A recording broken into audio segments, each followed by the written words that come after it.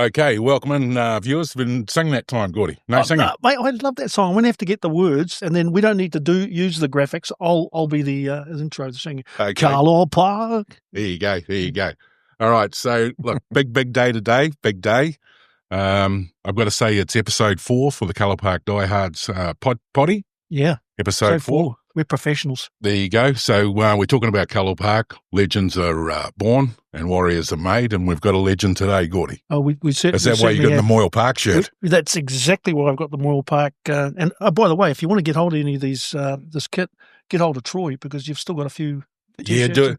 We're coming out with a new range. Don't want to get into all of that right now. So just keep your eye on the podcast and the comms that we send out through the social media. Beautiful. Well, we had enough of that. That was terrible marketing. Marketing. Thank you. Right, so another one of our past Kiwi greats from the Manukau Magpies Club here in Auckland, part of the New Zealand contingent that travelled to the UK for playing for Carlisle, 23 occasions from 1982 to 1984, returned to the Southern Hemisphere in 1986 to play for the mighty North Sydney Bears, appearing on 68 times for the famous club before returning to Carlisle, went back, he had unfinished business for another 63 games in 1990, then moving to Whitehaven in 1992, where he stayed until 1995 playing 39 games.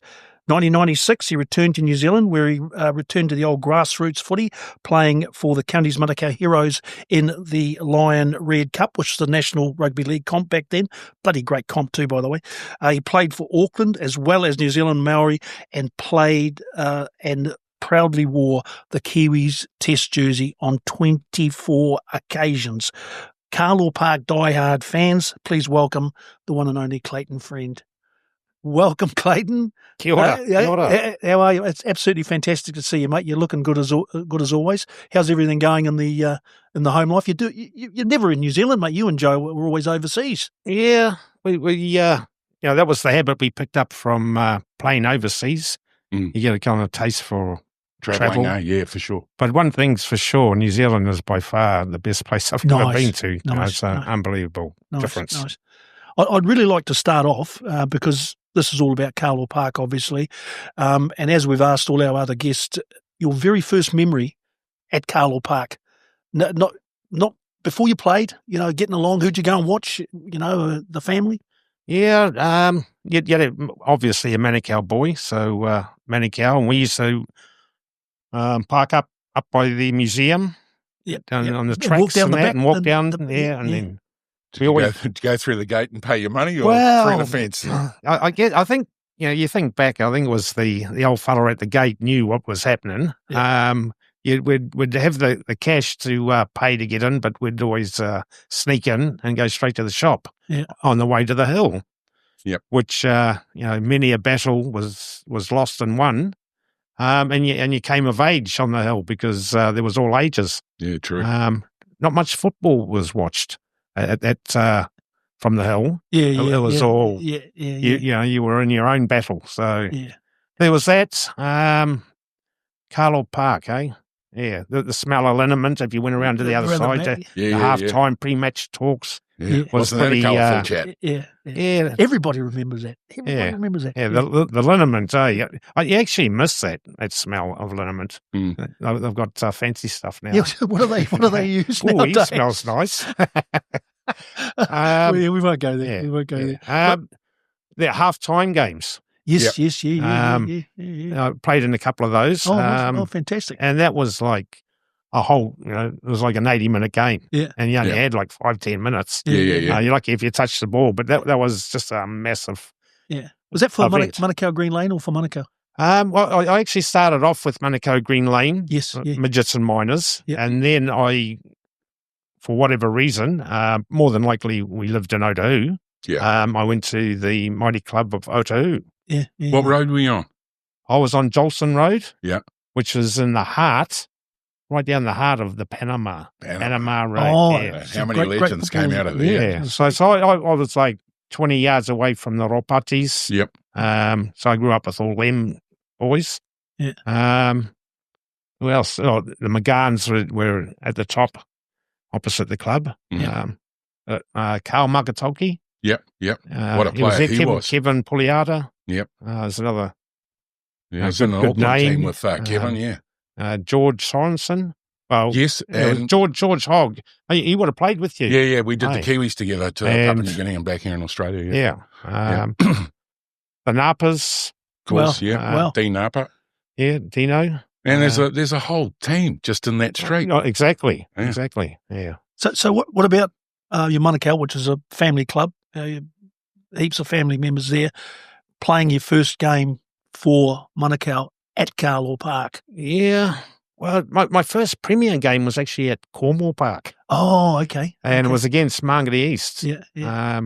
And there was a player, Jimmy Biddle. Yeah, Jimmy Biddle. Biddle, Yeah. Tough bastard. Yeah. And he smashed me all day. Yeah. Did he? Every time I got the ball, someone, had my name on it. How old were you, Clayton? Oh, no, I would have been 18. 18. Yeah. And, but the amazing thing is, as soon as the final whistle blew, he picked me up. Yeah. Nice. Shook me hand. Yeah. Wonderful family, the Biddle family. yeah. They've done so much for rugby league. And that was it. That's what it was all about. Yeah. Survival. Yeah. But Manukau had some wonderful wins at Carlaw Park and back in your day, and I had the pleasure of actually playing a couple of games with you at the end of my playing career.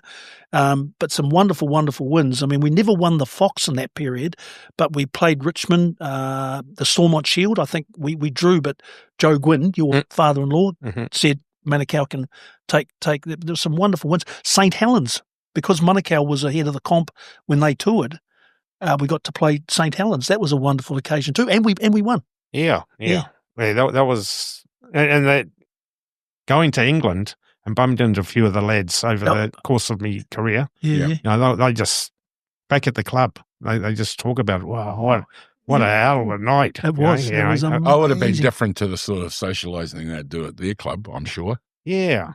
Just quietly. And the food, it was just a full package thing. And it was the end of the year tour, so of course, definitely a little bit more relaxed. Yeah, the week leading up to that game, Clayton, is it one of the first games that your guys' home team would have been playing like a professional squad like that? Well, as far as I know, it was definitely the first one, absolutely, for Manukau that I'd played. As a young fellow, my first Auckland game was against Cronulla. Wow! So I'd experienced some international right. Stuff. Well, plus I think I'd played for the Kiwis before that anyway. So okay. So coaches in at Manukau. Who was your first coach?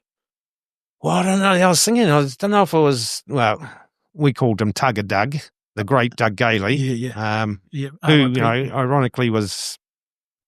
You'd have to know. You'd have to know him to call him Tugger Doug, wouldn't you? Well, I was faster than him. Yeah. Because he did give you a clip. He'd clip you for anything. Yeah, because he coached me as well, and he gave me a couple of clips because I wasn't listening. And for those who don't know, this man was a tough, ornery man. He was a tough bloke. He was a great footballer. Tough. He was one of my first jobs when I left school. Bricklaying? Bricklaying. Yeah. Like just a labourer. And my cousins talked me into it. And we turned up at this building site, and he comes out, right, you little buggers. He says, I got a plan. He says, the three of yous can work today, and the best man gets the job. Well, I got the job. Oh, okay. So I worked for him for about a year and a half, 2 years. Yeah. Hard work too. Hard work. It was probably a key moment in a sense. Yeah. That it was tough. Yeah. It was real tough. Yeah. Didn't matter if it was pouring down with rain. He'd go to the smoker room and, you clean up all that shit. But and you guys are playing at this point too, eh? No, a year later I played. I think that's when I left them. Right. Yeah. Couldn't do both. The only reason I sort of allude to that is that in this era, in this time, all the guys are working 5 days a week, sometimes 6 days a week. Yep. Getting smashed in the weekend and then having to turn back up to work on a Monday. Mm-hmm. Dead set. I watched Doug play against the Poms at Carlaw Park, and it was just massive brawls. It was just pretty fierce stuff. Yeah. And I was going home thinking, oh, beauty, no work tomorrow.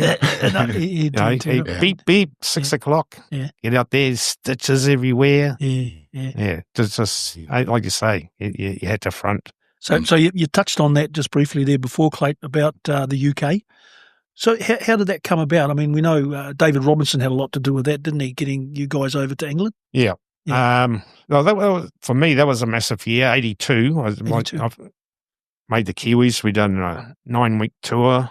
Yeah, 9 weeks. With, Papua New Guinea. But we also done, it was at least a week, maybe 2 weeks, I'm not 100% sure, in New Zealand. So my first kind of game for the Kiwis was for Auckland against the Kiwis. Well, okay. Yeah. I don't know if they called it Auckland, but that was at Carlaw Park.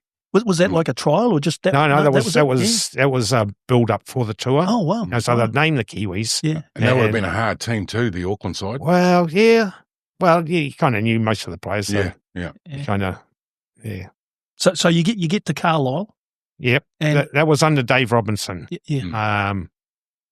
Brilliant. Yeah. What an awesome man. Yeah.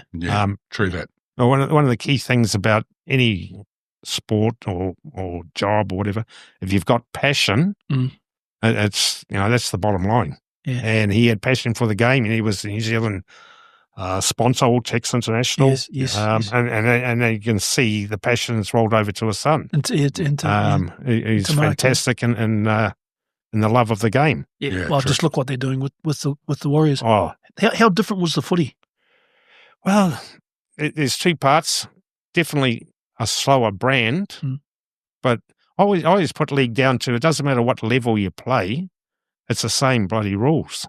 Yeah. So they might be a little bit slower, but they probably hit harder. So it was technically a little bit slower. The fields are a little bit different. Heavier track. But in saying that, a lot of them were football fields. Soccer, football.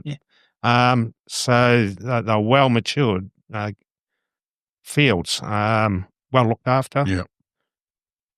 That was a great experience. I was so lucky. I went with my uncle Ian, who R.I.P. was with the Kiwis prior to me and Dean. So that was cool. And in Carlisle, it was their second year in league. The first year they got promoted. They came second. Yep. So we've turned up in Carlisle, which is right up the north of England. Up Chuck. And we're the only Carlisle players. Oh. The rest of the team were made up of Yorkshiremen and Lancashires. Yeah, actually did. Yeah, they were shipping them in or something. You guys having so we had like a 3-hour trip once a week. Every now and again, as we progressed, we'd stay down a few nights and what have you. And if we bumped into, say, like the Hull boys, because we actually were in the first division. I think it was something like 20-odd games, and we only won 2. Well, so it was tough. Yeah, but it was a great experience. Yeah, and we only just lost most of the game, so it wasn't as though we're getting hidings. Our team was made up of a lot of exes, closer to retirement and that. But the people are just really fanatical, unbelievable. The fans, the players, they're so enjoyable. So who was coaching you there at Carlaw? Well, when they first signed Alan Agar. Oh yeah, I remember that. He was a coach. He was a halfback, so it would have been and then prior to us, by the time we got there, he'd fallen out and left. I think he went to Featherstone. Yeah. So unfortunately, we missed that. And Mick Morgan took over. Who was a player coach. Ex-English, great footballer. Front rower. Tell a story on a story. It was so funny. But could play. And then we ended up doing a New Zealand Māori tour in 83, the year after. And after that tour, me and Uncle Ian stopped in a Carlisle again for 2 parts. Cousin Dean had met his wife the year before, his future wife, and was after the tour with all the aunties and uncles in tow. Got married in Carlisle. Oh, yippee. That would have been a great night. Look out, the Māoris are coming. It was. Yeah. And they stayed. They stayed for a few weeks, all the aunties and uncles, and had a good look around. And that was pretty special. So we decided to play. And it was only a short season by then, so Yeah, had a few games and then come home. What about other players? Other players that you remember? Oh, yeah. One player, Raku, we used to call him. Well, that's another story. Well, I was just going to say, isn't your nickname Raku? Yeah, but that's something I can't tell you on here. But, Yeah, you can. We're off here. I'll just turn it off. Okay, it's off. It's off. John Risman was his name. His brother, I think it was Bevan Risman, played for, oh gosh, not sure if it was for rugby or league, but they were famous. Yeah. And his dad, Gus Risman, he was the captain of the English side. They come over and toured New Zealand on the Bismarck. Oh, They got a lift on the Oh, my Bismarck. It might Well, not have been not the Bismarck. No, but it sounds impressive, doesn't it? We're going to stay with the Bismarck. No, No, it's the Titanic. The Bismarck was German. Yeah. It It was a fighter ship. Yeah. No, it was. Oh gosh, We'll go with the memories. Bismarck. Come on, let's go with the Bismarck. Yeah. We'll get hammered. If anybody knows, put it in the comments And below. anyway, they got a lift over on a battleship.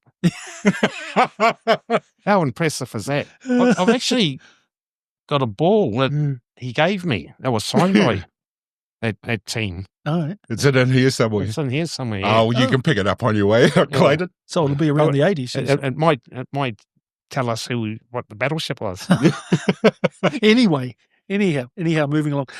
You need to tell us how the North Sydney gig came about. Yeah. That was after the 85 series against Australia. Mhm. Flowey gave us a ring to say Norse, and it was obviously because Mark was there. Yes. Yeah.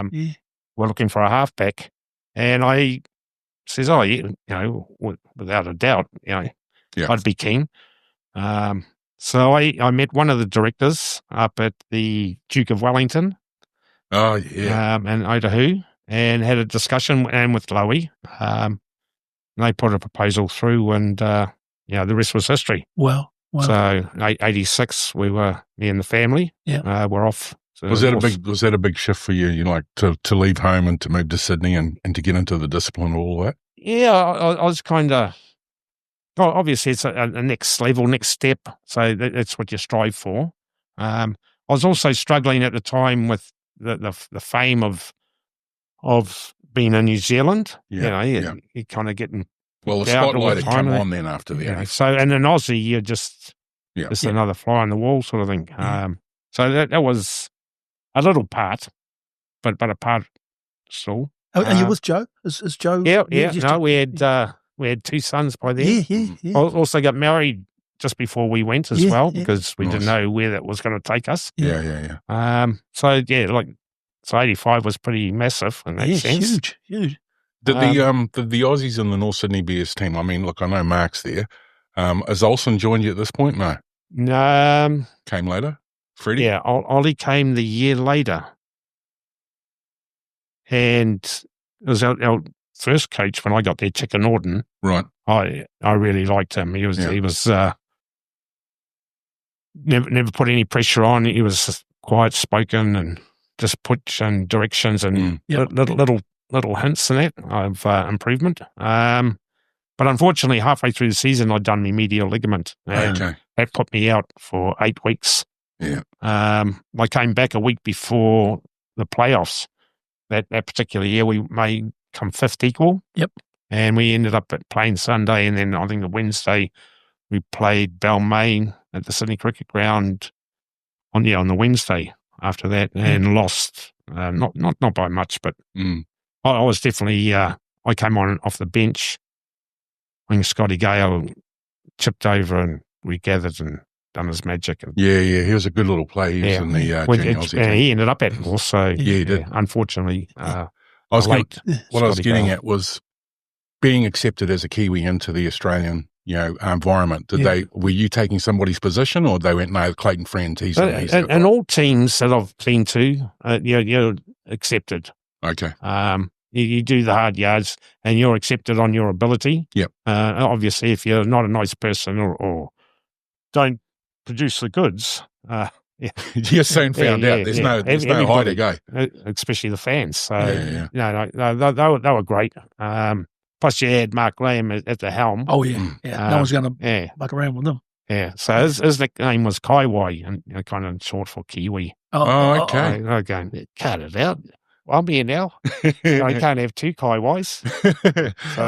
And was Fred then came a couple of seasons later? He'd gone before you got there? Yeah. Okay, didn't know that. Yeah. And Ollie came the year later. So how lucky was I? Yeah. Olsen Filipino, who probably the only guy I've seen could win a game by himself. And then the great Mark. Yeah. Pretty lucky in that sense. Yeah. What I did find out about Norse, it wasn't Norse, but Australia, was the division between New South Wales and Queensland. Oh, yeah. Right. Yeah. It is thick, mate. You know, they because you hear about it, but you don't understand how. It goes, very passionate. It goes real deep. And we had quite a few Queenslanders on our side. Right. Over the years, Kerry Bostad, Gavin Jones, Les Kiss, who's coaching the Aussie rugby side now. Yeah. And Mark came down from Brazil too, didn't he? So they were probably all viewed in the same way. Yeah. So, and it's thick that it runs real deep. So I'm going, come on, just watch the game. Yeah. Who's your team in the state of origin, Clayton? Well, because there were so many Queenslanders, I went for Queensland. Okay. Yeah. Okay. I'm Queensland. Are you? Yeah. Oh, New South Wales Blues. Oh, I just, I love getting rejected. I knew there had to be something wrong with you. Yeah, thanks, mate. Yeah. Been pretty lean for you, but, Yeah. There's never much in it. No. And I mean, probably from, like jumping around here, and that's what it's all about. The early 80s, the New South Wales Blues and the players that were in that sort of side, before the Wally Lewis arrived and that whole piece. It was hard to change step way through. I thought it was just going to be the flavour of the month. And then Graham Lowe, had a win with them, and it's just been on a hiding to nowhere ever since. But, it's like the beloved Warriors. You just got to stay there. Yeah. Hang in. So was it always in your back of your mind to go back to the UK, or did that come out of the blue? See what I did there? Out of the blue? Yeah. In 87, in Papua New Guinea, we done a tour. Yeah. I think the New Zealand 13 played Queensland prior. We arrived, the test players. Was that before going to PNG? Yeah. Okay. Is that Rowan Hancock gets a knock from Kiwi? Is that game? No, that was 85. Okay. I think. But this was 87. And then we went to Papua New Guinea, played a game, then come back and played the Aussies and beat them under Tank Gordon. Oh, okay. Yeah. That was his first game. Well, I'd give all the credit to Huey McCann that game because it sounds like there's a story in there. Yeah. But I hurt me hip and 10 minutes to go with the Papua New Guinea game. So leading up to the test in Aussie, I only trained the day before the game. I was I couldn't walk, but I got jabbed and all that sort of magic stuff, and got through the game. But over the course of the next few years, it was this hip. Sorry, mate. Did you get jabbed in PNG? No. Oh, back here. Okay, cool. Yeah, all right. Yep, gotcha. Yeah, medically jabbed. Yeah. No, one of the boys, when we did the PNG tour, he got the big needle in Port Moresby. Oh, yeah. He was struggling to walk by the time we got to Australia, so I don't know what he got jabbed with. No, we had the legend Lloyd Drake. Oh, yep. Dr. Lloyd Drake, yeah. And Gigi to hold me down. Oh, bloody hell. So this injury just kept getting worse. In the end, I think the final year at North, well, it was funny because if I got a knock on it, it'd put me out for at least a week. And for some reason, no one picked up on it. So after I got chopped from North, Ollie gave me a ring and says, "Oh, I'm playing for Right Eastwood. Come and have a run." So, I I was still stuck in Aussie, so off we went. And as it was, we ended up winning that comp. It was the first year. It's kind of like the reserve grade. Yeah. So why did you get the chop from North? Well, because I couldn't play. Oh, you couldn't play. I was like, couldn't run. I just, wow. we were struggling as a team. Frank, tactfully, could devise a plan to beat any team, but his people skills weren't that great. But that never really bothered me. But I've seen a few young players come and go. Yeah. And so he was struggling to get wins. So we were training like 5 times a week. So we're turning up to the game to training. Nothing worse than hating your job. It was we're looking for an answer, and it was really hard to find. And this injury compounded everything. And then they had a new guy coming along, Steve Martin. Okay. And he'd been coaching the younger ones, and he had a couple of young halves coming through. So pressure was on. That's just the way it rolls. But it wasn't until halfway through with the season with Wright Eastwood, the doc says, I've had enough of this. It says, send you for some major x-rays. Anyway, came up that I had a floating bone on my hip. Oh my gosh! Which they when it happened, I must have splintered. Shard off. And every so often on a certain hit, it would bleed and calcify, and it was like the size of a baby's little finger. Oh my gosh! Not my little finger. But so from that, I think I was out for 6 weeks recovering from that. I could run again. Got you right. I was like, the mojo still needed work. Because that was severely damaged. And then Uncle Cam rang and says, opportunities. What do you think? You're good? I says, yep. And I loved Carlisle. I just got lots of friends there. So that was just too easy. Yeah. So that was just a little bit of luck. Yeah. And I also decided I was happy just to play, and just be a happy enjoy guy. it. Enjoy it. Yeah. So and marvelous support from Joe and the family. Yeah. I've probably one of my better moves in life was hooking up and marrying my wife. Well, then of course you became Joe Gwynn's son-in-law too, which is another bonus. How did Joe Gwynn view young Clayton coming around knocking on the door? Well, I left Otahu after under 15s and came back to Manukau. And Joe coached me that year. To be fair, I probably didn't have eyes on his daughter at that time. He would have slapped me, but that came a bit later. Not much later, to be fair. Joe is a really great people's person. Especially with the Islanders, the Māoris, obviously. With anyone actually. He was a funny guy. He did well at Richmond too, didn't he? Well, Richmond, Northcote, Otahu. Richmond. New Zealand selector. He was a marvellous man. Very, very special. Another one of those ones with passion for the game, and didn't matter what level, as long as you gave it your all. He was happy. So, and he never said as a player or anything, even when he was a selector, any extra pressure on me. Actually, you'd say nothing. Just let me get on with it. So, so you're back in Carlisle, and Cam Bell's the coach. Yep, I was lucky enough. Cam was a coach at Manukau as well. Obviously, one of my uncles. Dean's dad. Dean's dad. Ticked a lot of boxes. But I think he got paid more than me. So that's beside the point. And it was good. What was neat was, like when we touched on Carlisle, was that we were the only 3 players. When we were there, we got it was in a sense a pub competition, right? Because that's where they all migrated, and that thrived. And so when I went back, I ended up playing with some players that we coached.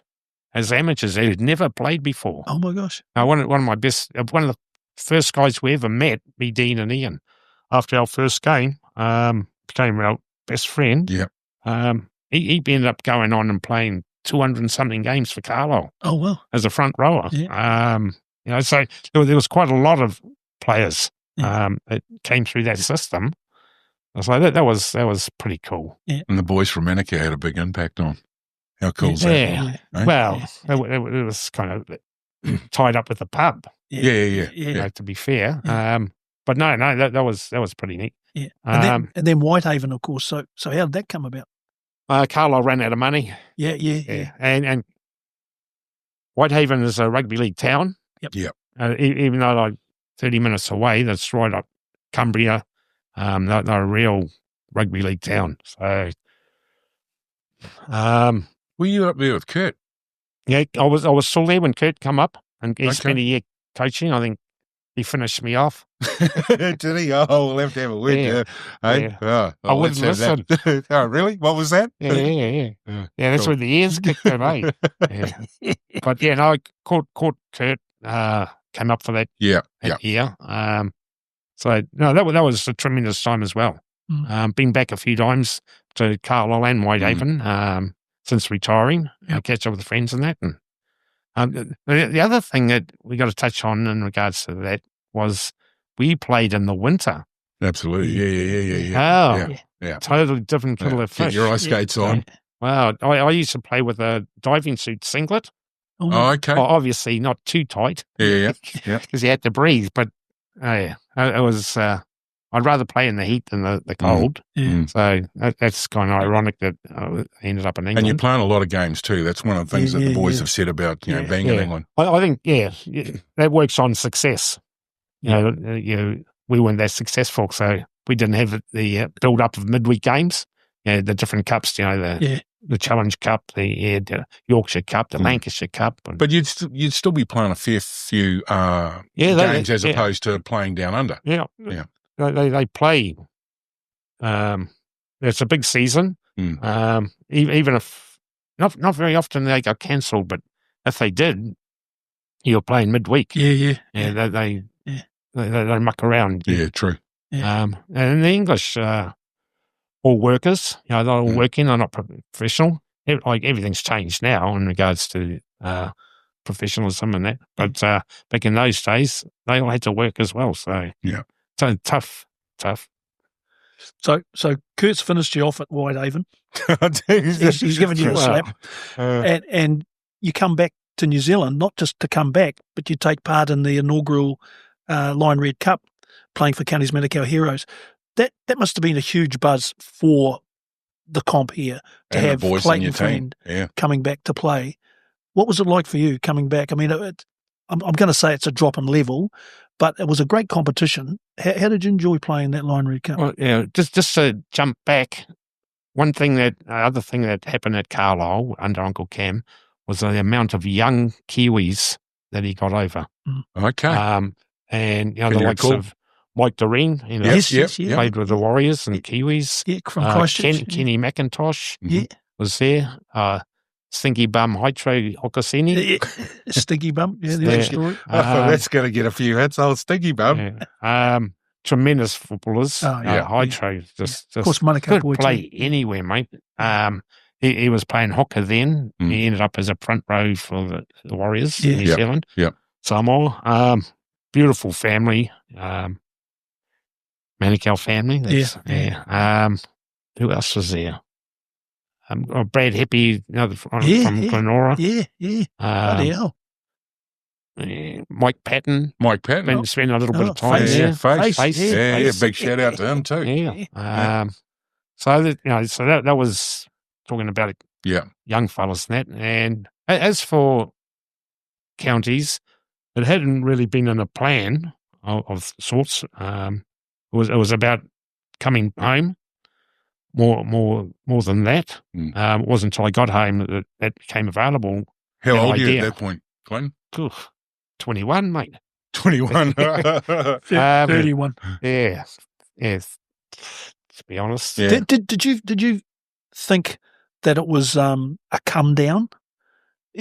from where you were coming from at playing at that professional level, and I mean the Lion Red Cup was professional in inverted commas, but not as professional as playing in the UK.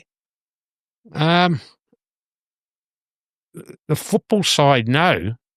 The off the field professionalism wasn't there. Yeah, Right. Yeah. We're not get up for that. But the football, like I say, the rules are simple. The game's simple. Yeah. It comes down to individuals playing their best at their position, and then collectively playing as a team. Yeah, well, you guys did all right too, didn't you? Yeah. We won that year. Yeah.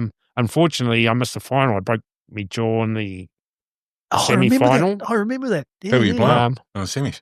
in the semi against Harbour. Yeah, North Harbour. Yeah. We'll move on. North from that. Harbour Eagles. Eagles. Yeah. Yeah. No, I remember that. That's footy. But we had a great team. Jerry Sears, who was a young fella then, he went on. Malatowi Brown. Mm. Ed Rain Barchard. There was so much talent, and you can see that in the NRL now. Yeah. How many young Kiwis floating around. Yeah. So because I mean it was a great comp, and it was just such a shame that it didn't last as long as it should have. How many years to go for? Only 3, I think. 3. Yeah. I thought it was great. Yeah. Not Auckland always had the players because they've got the numbers, but it was great for the rest of the country. Oh, absolutely. It was. Yeah. So it was a shame, Gordy. Let's talk rugby league at test level. Yeah. I'm gonna start because I've got a memory fixed in my brain. I'm not sure of the year. It's at Carlaw Park. Graham Lowe's the coach. Shane Varley is the starting halfback. You come off the bench, I think, early in the second half. We were down against England, and you came on. And to me, it was like the real birth of Clayton Friend as a test halfback. You came on and changed the game, and made me feel immensely proud because you were from my club, and I was sitting with all the whānau up, in the concrete terraces. Do you remember that at all? What I'm talking about? What I'm referring to? I so remember you coming off the bench, and I think that's probably much when Shane Varley finished. There was the changing of the baton. Changing it, yeah. Yeah. I remember it clearly. Now, when you're a young fella, you think you know it all and can do it all, but to be not many actually can. Yeah. Or maybe not given the opportunity, but. Because I'd been in the Kiwis a few years earlier than that, and always thought under my breath, give it to me. Yeah. But in hindsight, it makes you hungrier, and you do build up more resilience to different situations. But in particular to that game, I was lucky enough to come on, and because Shane was just what a ledge. He mentored me heaps from 82. Wonderful human being. And I think he made the remark that he agreed with the call and the decision. He backed it 100% too, you know. Yeah. And I know, talking to Shane about that. Yeah. As it was there. So what do you remember that game when you came on? Well, he pulled me aside and goes, right there, boy, you on. What have you do? Don't give away any penalties. Why was he saying that to you? Yeah, because he knew I was excited. Yeah. To be fair. Yeah. No. So first tackle, I think, was Joe Lydon. Yeah. Booms, right around the ankles. Yeah. Beautiful Give tackle. you the confidence. Must have. You remember it. No, by the time he hit the ground, I'd jump back up and hit him. Yeah. Again, got penalised. I say, I was right by the ears were sideline. playing up then, eh? Yeah. Right by the sideline, looked up, and there's Chloe going, shaking his head. Anyway, Cousin Dean ran from the other side of the field. Oh, yeah, here we go. Tapped me on the shoulder. Do it again, man. Way to go. Because you scored a try too. A couple. Yeah, scored 2 tries. Yeah. So, that's pretty exciting. Well, that was just something that stuck out for me. So other test matches, not just at Carlaw Park, but test matches for you that you will never, ever forget. Oh, all of them. Yeah. I probably couldn't. You can't really pick one that stands out. Obviously, player of the day in the third test in 85 against Chelsea's 18-0. Yeah.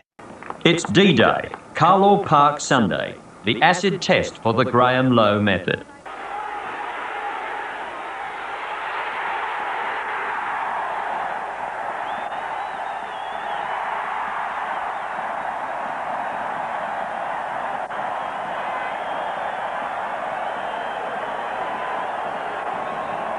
Did you get player of the day, mate? Yeah. Yeah. Congratulations. Yeah. I didn't know. Yeah. Oh, right. Awesome. It was pretty special, but that was a special team. Yeah. There was a special You're talking day. about the changing of the guard. There was quite a few players had been there for a long time. Yeah. So that was under Seth Mountford, and then Lowy come along. Yeah. So that was accumulation of a lot of work. Yeah. So that was obviously super special. Sorry, then- Clayton, I got to yeah. do this, right? So that second test is just lost. I know we talk about this all the time, these era of legends. The second test is lost in the last, minute, whatever it was. Yeah, 30 seconds. Okay, Yeah. and we're heading into the changing room, mate. Tell us how you feel. Who's in the room? What does that look like? Yeah. Well, tears, mate. Yeah. Grown men with tears.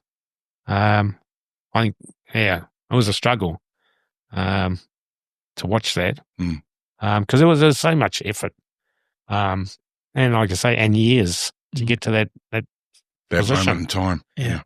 And it was probably, we got through it as history proved, but the next couple of days was what a struggle. Soul searching, eh? Yeah, what a struggle.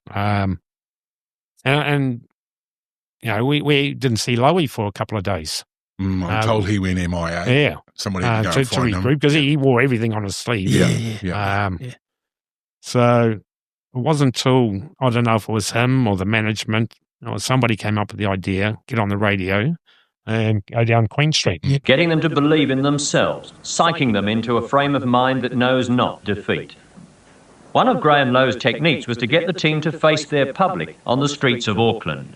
When we went for a walk down Queen Street yesterday, the people, they were just coming up and wishing us all the best.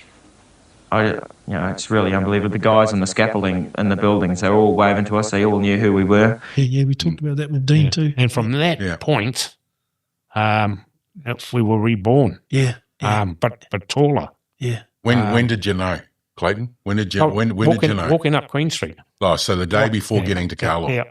Walking up Queen Street, we knew. Well, we had the belief already. We were just broken from losing, in the way we did. So that was back. But you still got to do it. Yeah. There's something that happened on that third test too before kickoff. Can you remember what that was? Yeah. We little things like that all added up. Crossing over and acknowledging that. Man, brought the house down. Eh? Oh, yeah. Brought the crowd into the game straight away. Straight, right from the kickoff. So- I remember. Remember that. Whose idea was that? Oh, Because that was I a think magic. that was mine. I knew you were going to say that. I mean, just a magic move. And like you said, not even thinking about bringing the crowd into it. That was just, I think that brought the crowd back from. Yeah, guys like Kevin Tarmody and Howie, they were thinkers like that.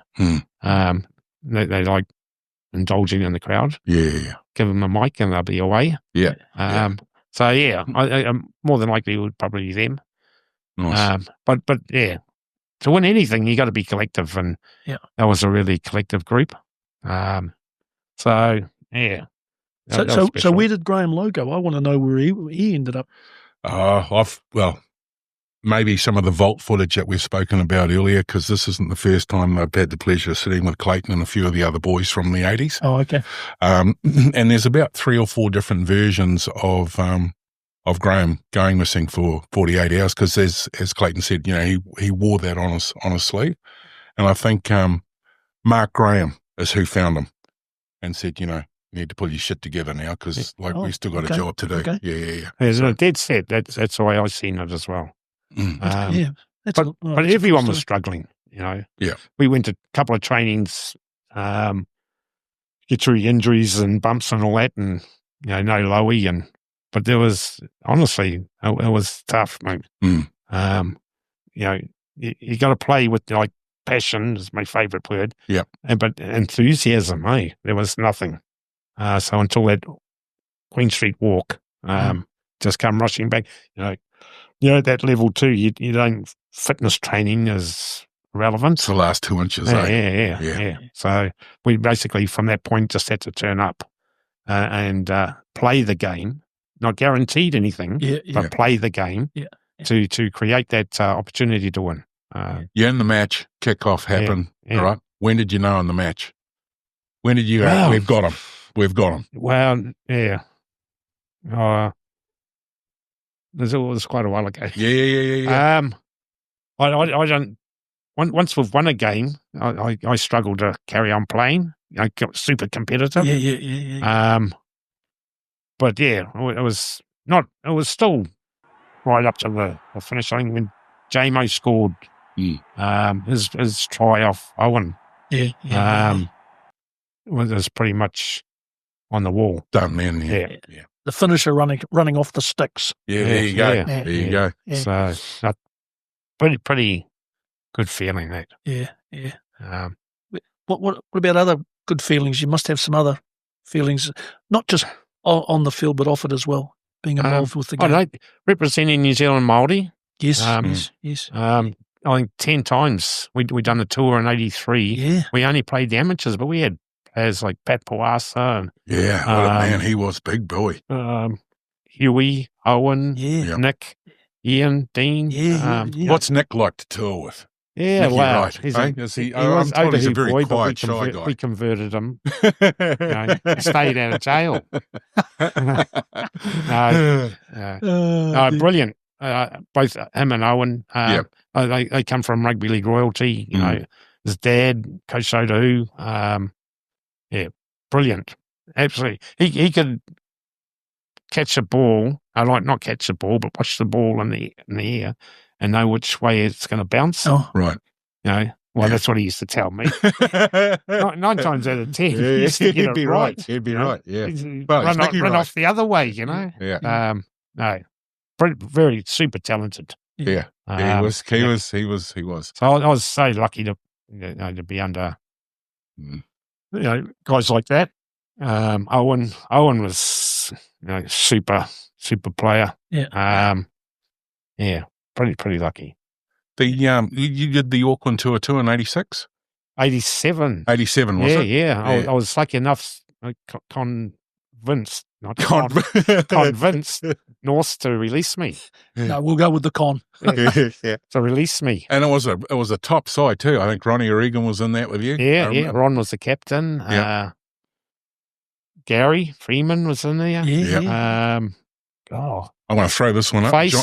John Rapati was there. Yeah, John. Yeah. George. Is George there? Yeah. I think so. Peter Brown. Yep. Renee Lordmeyer. Wow. Renee Lordmeyer. Now, just on that, it's popped into my mind. Graham Lowe, I believe, is coaching Wigan, I believe. It's the last game of that tour. Mm-hmm. Now, again, it's either from Ronnie or a few of the boys on the bus. You've ended up at Wigan, you're having a drink downstairs, and you weren't invited up to the second floor. And I'm trying to remember who the coach was. Was it Bill Bailey? Not Bill Bailey. Bob Bailey. Bob Bailey. And Bob's come down and has gone, stuff that, everybody in the bus, we're going back. No one's drinking piss this week. We're going to train hard. And you guys actually tipped them over that following weekend, didn't you? Yeah. What was the vibe like then? Well, I think it came from, they had, at the start of the tour, they had a nines tournament at Wigan. Right. And I think we got kind of shafted there. I didn't play in it. I wanted to watch. Yeah. Too big a field on nines. But we went back a week later and beat them. So, that was super star-studded side. Ellery Hanley's and they wouldn't have Sean liked that. Edwards. And just the list is phenomenal. Yeah. So. And they made a success with that tour too, I believe. Yeah. We done pretty good on that tour. So, like I say, it was a pretty good side. Yeah. And I was lucky enough to convince convince somebody to get on it. Yeah. And then, sorry, Gordy, I'm loving this, right? Yeah. Making the Auckland team was sometimes harder than making the Kiwi team in certain eras because of so many good players in the Auckland scene. Well, I guess you could say that in the sense that there wasn't that many players playing overseas either. Mm. True. So, and it came down to, Auckland had the biggest comp. So it was the hardest comp, by a country mile back then. Yeah. And the comp also goes to the juniors. So it's I think Manukau in their heyday had something like 7 senior B sides. Yeah. Which is like senior A's. That's how big rosters. Yeah. Well, one year, when the Kiwis were picked, I think there was like 12 players that were from Manukau that were picked in the Kiwis. Yeah. Yeah. And I mean that, Kelly Shelford, Ian Bell, Dave Watson, Bruce Gall. Yeah, Bruce. Yeah. I so remember that, because that's when everybody was tough. Yeah. Ooh. Yeah. Who'd be the toughest guy? Yeah. And I know you played with thousands of guys. Bruce Gall. He was a tough player. Yeah. He was tough. Doug Daly. He was tough. Yeah. And Brody. Mark Broadhurst. Yeah, Brody. Just beautiful people too. And Graham West too. Yeah, Westy. Here's another. Yeah. Didn't matter how hard you had them. It just didn't matter. Can I ask you too, Clayton? When I look at the UK Super League, there's a few issues over there now. And there's even talk that the NRL are going to take over the Super League. Has it changed that much since your days being over in the UK? Oh, that level of footy. I think the whole game's changed, hasn't it? Well, even here and in Aussie, but it's such a shame that the NRL is looking to take over the Super League. Yeah, well, I personally think it is. I don't know what the ins and outs. No, well, I don't know them all either. Whether it's a financial thing, but the football itself. Unfortunately, I can't understand why we don't get it on Sky. Yeah, why aren't we leagues ripping up Sky over here to get it? Probably a cost to Sky and how much viewership they'd get off it, not sure. Yeah, but the following would be phenomenal. Yeah. I think we should all just cut our Sky. Yeah, mate, I can't afford Sky. After the test match. After the last test match. Yeah. So what about here? What about the Warriors and what they're doing and the Kiwis? Of course, they're playing in the Pacific Cup. That sort of standard of footy, it's changed significantly for the better or worse. Oh, there's yes, there's pluses and minuses for everything, isn't there? Yeah. What's your minuses? Yeah. Oh, tricky. No pressure. no pressure, Clyde. In general, I say the NRL, the third umpire. That's changed the game. Yeah, we can in say America's Cup, put a line through an imaginary field instantly. Yes. Yeah. Why can't we do that on a league field in regards to forward passes? Yeah. And none of this out of the hand shit. Yeah. It's a forward. It's forward. Yeah. Instantly leading up to a try. Yeah, that's a good point. Man, that's just unbelievable point. Get on to Sky about that. Yeah. We've just found your new technical director. And try or no try. If he can't make the decision, it's the third umpires. None of this. Having a conference. Yeah, it's a try. Yeah. You can't make the decision, mate. So you've passed that duty on to somebody else. So that becomes the third umpire. Yeah. Apart from that, pretty good. Some wonderful talent coming through the Kiwi system. Well, I watched. Oh, it's okay. Get that. It's the Kiwi coach giving him a bell because the test is on tomorrow. Might be the boss. the test is on tomorrow. No, it's Sky TV. They're ringing him about the techo. Yeah. You don't need to answer it? Took a photo. No. Put him on. It's Joe. Can you bring some eggs and milk on the way home? Yeah. Sorry, guys. No, you go for it, mate. You go for it. Because I mean, I'm me personally, when I look at what the Warriors are doing, and I've said this before to you, Troy, is that we're now putting in place to keep our youngsters here. Yep. And we can't keep them all. I mean, I absolutely admit that. But we're doing stuff now that our kids are going, oh my gosh, I've got this pathway. They can see an opportunity. They can see an opportunity. And we're still going to lose players overseas, and that's fine. I'm fine with that too. But if they want to come back, that's even better. Sorry. Yeah, no, I'm sorted me phone. Oh, yeah. Sorry about that, guys. No worries at all. Yeah, so as I was just saying to Troy, with what's happening with the Warriors is a huge positive for our game, isn't it? Yeah, mate. The last couple of years under Webby it has been a real turnaround. Yep. The Warrior supporters are a different breed to, say, the Carlaw Park. Yeah, I know exactly what you're saying. Yeah. Supporters. Yeah. And they see the game a little bit differently. Yep. But the passion still the same is incredible. Yeah. And the end result is incredible. Mm. It is. It's a business. Yeah. It's an entertainment. Yep. And that's why you got to keep tweaking it in regards to the forward passes and little things like that. Mm. The modern game, the amount of subs they get keeps the game fresh. Like back in our day, we had 2 subs and no one was coming off unless they were carried off or sent off. Yeah. Would you be able to handle in the modern game the 6 again, where they go back to that first tackle? Yeah, That I mean, that's gut bloody wrenching. It's changed the game. Yeah, but do I like it? Sometimes, but it's very much a fitness thing, isn't it? It is, but it's also, I don't like the Warriors thing. There's come on, it's quite blatant sometimes that we get picked on. So it's an easy tool to use against the team. Yep. Because it's nearly impossible. To keep that, sustain that. 3, 4, 5 sets of 6. Exactly, especially at the pace that they play. Yeah. So, look, I know. Probably a few seasons back, your boy Jethro playing, captain Howard Cornets, and I used to catch up with you on a few of the Auckland Fox matches, and the way Fox was then. And it was always hard to find you. I know that you'd be hiding somewhere in there and watching the footy, and I get it. Your view of Fox now, as far as what it looks like and felt like with you, watching your boy come through the grades. Yeah, that's a hard one too. Like where the state of the club is, or clubs are. Yeah. Not knowing enough.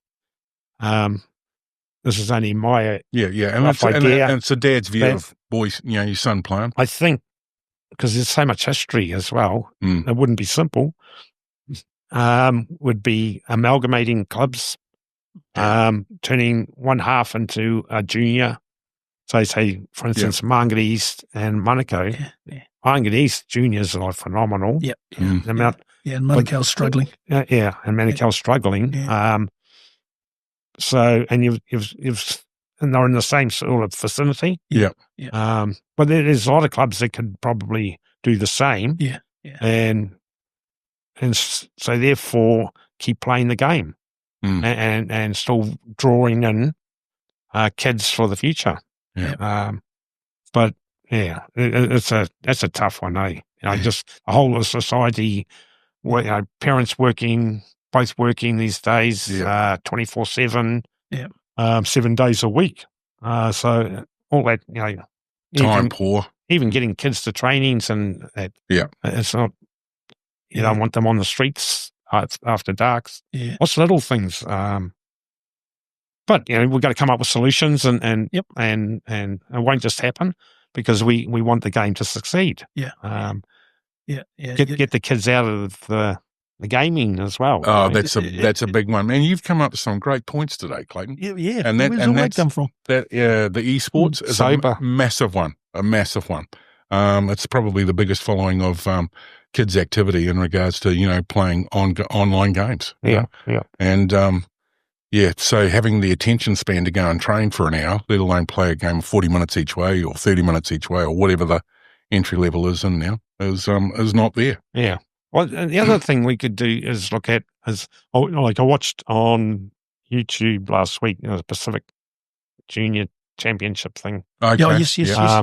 And whether we look at that sort of... That's huge. That's huge. Yeah, but having tournaments, place them in different areas and getting a winner instead of having just a straight season. Yeah. Right. But there, you look at that and, mate, they were athletes. Yeah. It's definitely in the water. Yeah, for sure. It was in something. Yeah. I can't keep blaming the taro. But they're all big athletic, great beautiful athletes. to watch. To see kids coming through with a goal or an opportunity to. So just on that, proud dad for you. We spoke about Jethro. And he's had a wonderful career playing footy. Bodie, of course, at the Warriors. He's been there, crikey, probably 15 years or something. Heavily involved with the Warriors. So proud for you to have two boys who are so much involved with the game. Yeah, well, yeah. No, I love the meeps. Yeah. Another thing, passion to the game. Yeah. They just toil away. Yep. And Bode's there is about. He wasn't a footballer. Yeah. But you don't have to be a footballer to love the game. Yeah. Well, you look at Jordan now. I mean, he's Jordan. He's signing because he's a player agent, isn't he? Yeah, he's a player agent. So he spent time at the Warriors as well. Yeah. So the three, when Jethro's moved on to helping out the juniors. Yep. Okay. Is he still teaching? Yeah, he's still teaching, but he's definitely got an eye for coaching. Yep. He really likes. Yeah. He was always structuring taking that pathway. Yeah. They're three wonderful boys. You and Joe must be very proud. Yeah, no, definitely. Well, and the grandchildren that they produce. And the grandchildren as well. Yeah. So just, as we're starting to wind up here a bit, Clayton, I just, for you, with the wonderful career you've had and the people that you've met and the moments that you've had, good and bad, for you, your rugby league career, just in a few sentences. I don't know, whānau. The clubs back in the day were all family orientated, big families, massive families. And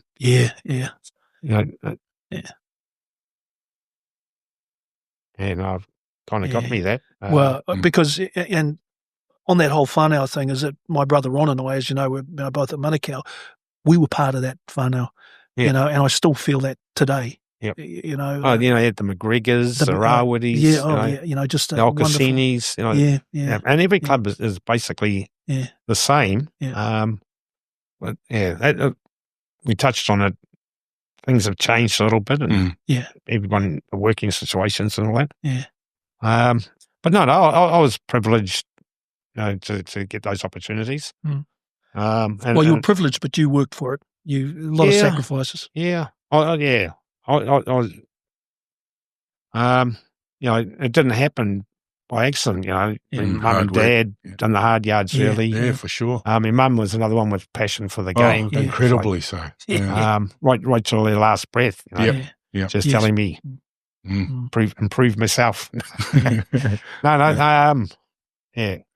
the coaches and managers, the physios and the masseurs, there's so many that have helped. And I had great Doug Gailey, Brian Tracy, Lummy Newton. Oh my gosh! He picked me for the Auckland. Nobody else would have. For my first game, end of the season game against Cronulla. Got man of the match. But that was he was quite special. That opened me up to a bigger window. And with Uncle Ian being there, he introduced me to champions, and they treated you like a champion straight away. It was there was no little boy here. That was no. You'll pick so you Stand can do up it. And go. Where you go, and no 100% was behind you. So when did you sort of realise that this is for me? I can make some money out of this. Well, I wish. Well, you know, money's easily spent, don't you? Yeah. Before making money, knowing that this is something you could actually excel at. Well, my first contract, I think I got 30 grand for North. Yeah. New Zealand League got 50 grand. Yeah. You know, so you owe me. You take that back in 1985. Been a wee bit of money. There had been a deposit on a house, no problem. You know. When I say 30, there was like 30 in the hand, but just before you had a lot of bonuses. So this is going to be a really cool moment, all right? And just before we do this, something's just popped into my head. Vern Wilson. Yeah. Oh, Vern Wilson. Okay, let's just... Manukau boy too, by the way. Was he? Yeah. Mm-hmm.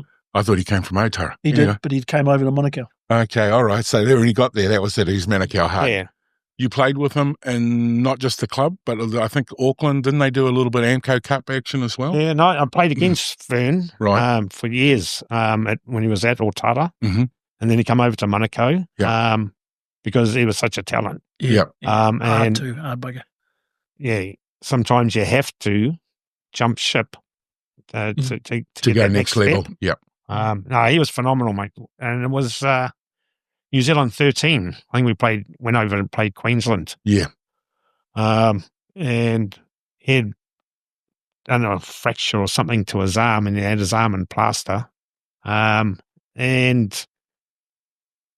cut it off. Yeah. And he's front rower. I remember that. And played and just slayed it. Yeah. You know, but that was when scrums were scrums. Yeah, contesting. Hookers were hanging off the prop, you know, on the other side of the scrum. Yeah. Tracy McGregor's and all that. Yeah. Tough. Bugsy Reffer. Yeah. The flying wedge from Manukau. Remember that? Yeah. Remember that? Yeah, I'm going to bring the flying wedge up. I'm going to bring that up. I got that. There's a wonderful photo. I've actually got it at my place too. Yeah. The Auckland Rugby League introduced a rule to ban that. Yeah. That's flying one wedge. Yeah. So I think we're pretty well much coming to the end here, Clayton. But thank you so much, my friend. Sitting here listening to you makes me feel very proud to be part of rugby league, but more importantly to know you and to have watched your career, because thank you so much for all the wonderful memories that you have brought to our game. So thank you for that. And there's just something here that Troy and I would just like to give you. It's just a bit of a photo there that if I can get that hand that over to him on camera. Is that Jethro? yeah, look, there's Jethro. There's a photo. So that's for you, mate. I mean, you might already have something that's similar, but I actually have got quite a lot of not a lot of memorabilia. Yeah. But I have it in the closet. Well, what are you saying? You don't want that? It was something that was here, and I just feel that for you that captures you. It's worth $50,000. Yeah. Just Thank you. And we won that test. Yes. Yeah. That was a tough series. Yeah. So thank you, my friend. Thank you guys for. Absolutely. I was a bit nervous. You've been wonderful. Absolutely wonderful. A lot of the football's been quite a few years water under the bridge. But it has brought back lots of tremendous memories for me. Yeah. And you got to say that something like, say, the ex-Kiwi do, which is coming up. Yep. I'm got to check my calendar. 8th of November. 8th of November. In a secret location where you won't hear it on the podcast. Those events, it's when you turn up, it's like yesterday. Yeah. It's just so so bloody lovely, eh? Yeah. Still don't know what time to go home is the problem. Yeah. Well, you've actually ended up at my place a couple of times. Yes. Well, which is the opposite should we way do that to again? South Auckland. Yeah, it is. How did that happen? Yeah. Oh, wonderful. And I think you need to thank a few people too. Troy. Yeah, I do. Outside of thanking Clayton joining us today, big ups to our two major sponsors, Sony, who make this possible for us, and Mike Farrelly Photos. Yeah. And I'll actually bring up one of Mike's photos of the Manukau team, and that'll come up, and that's your premier side. You're in there, your cousin's in there. I think Ian's in there. There's a cast of thousands Cast of thousands. The Bell and Friend family. Yeah. Just on the bell, hit our bell too, and make sure the that reference. Yeah. So outside of that, and also a very special thank you to the place that we shoot the podcast in, and that's the New Zealand Kiwis Museum. Big ups to you guys. Thank you, guys. Yeah. And hey, please, if you ever want to visit the museum, get hold of me, museum@nzrl.co.nz. Love to see you in here. We don't charge an entry fee, but a koha would be gratefully appreciated. So thank you so much, mate. It's been an absolute pleasure. Thank you, guys. Carlaw Park, the spiritual home, where Kiwi League hearts found their throne. Legends were born, warriors made, on hallowed ground where history played. Carlaw Park!